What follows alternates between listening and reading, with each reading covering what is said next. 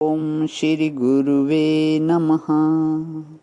ऐंकार हिंकार रहस्ययुक्तो श्रृंकार गुडार्थ महाविभूत्य ओंकार मर्मः प्रतिबोधिकाभ्यां नमो नमः श्री गुरुपादुकाभ्यां। ओम शांति शांति शांति। प्रणाम भवन। श्वेता श्वेतोपनिषद स्वामी श्री अखंडानंद सरस्वती जी महाराज का दिव्य ग्रंथ, जिसमें भगवान हमारा 28वां प्रवचन चल रहा है और 12वां और 13वें मंत्र की जो है व्याख्या चल रही है। पेज नंबर 381 से आगे लेते हुए स्वामी जी आज कहते हैं कि हमको याद है मथुरा के बहुत बड़े प्रसिद्ध गायक एक बार वृंदावन के अपने आश्रम में आए और 1 घंटे तक उनका संगीत हुआ। संगीत में उन्होंने गाया क्या? वज्रनाथ झुलाऊं सारी रैन। 1 घंटे तक तानपुरा लेकर सिर्फ यही वज्रनाथ झुलाऊं सारी रैन। तरह तरह से कितनी लय और कितने स्वर में उन्होंने गाया और श्रोता सुन करके मुग्ध हो गए। वज्रनाथ झुलाऊं सारी रैन। अब कोई प्रश्न करता है कि महाराज, घंटे भर तक आपको आनंद तो बहुत आया, लेकिन क्या आपके मन में झूला पड़ा? और क्या उसमें नन्हे नन्हे यशोदा नंदन श्याम सुंदर किलकारी मारते हुए झूले? यदि नहीं तो आपको ऐसा स्वर सौष्ठव केवल कान की झिल्लियों से टकराकर आपको बेहोश करके रह गया। हम मान लेते हैं कि उस बीच आपका मन कहीं और नहीं गया, तो आपके कान की शशकुली को उस स्वर ने इतना गुलगुलाया कि उस गुलगुलाहट में आप बेसुध हो गए। आपको घंटे भर तक कोई बात याद नहीं आई, लेकिन प्रश्न यह है कि वज्रनाथ झुलाऊं सारी रैन में जो बात है, जो पदार्थ है, वो वह उपस्थित हुआ कि नहीं?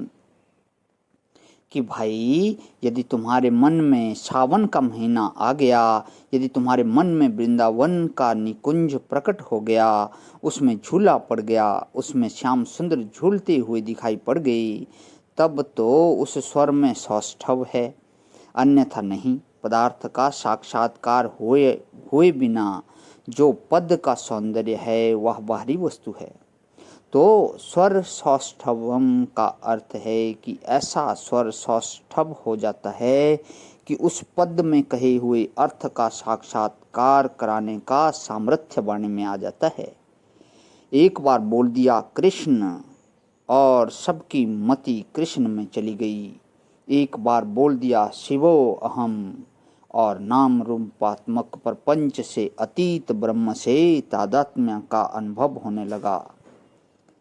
यह तो पद में पदार्थ को उपस्थित करने का सामर्थ्य है। वह सामर्थ्य जब वक्ता की वाणी में आ जाए तब उसका नाम होता है स्वर सौष्ठवम। गंधा शुभो मूत्र परिश्मलम मल्पम योग प्रवृत्तम प्रथमः वदन्ति।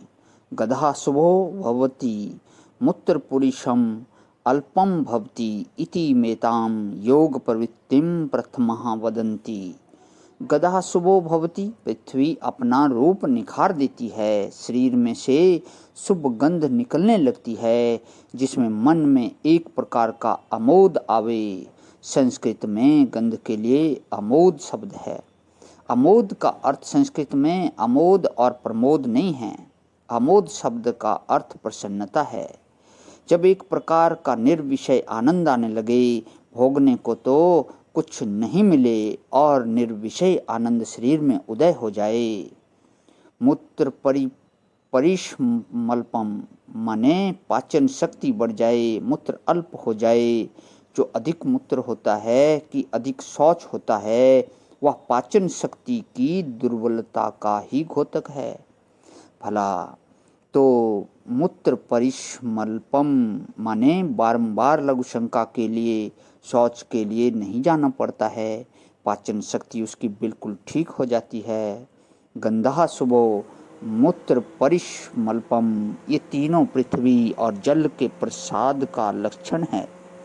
और वर्ण प्रसाद स्वर सौष्ठव जो है वह यह तेज और आकाश के प्रसाद का लक्षण है।